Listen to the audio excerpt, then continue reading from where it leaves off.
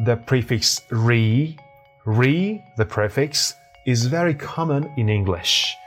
It means repetition. When we use re before any verb, we want to show repetition. Or a backward motion, moving backward. Or return to a previous state. So re, like rebuild, can mean either repetition, or moving backward motion, or return to a previous state. Return to a previous state. So the meaning of re is again. Re generally means again.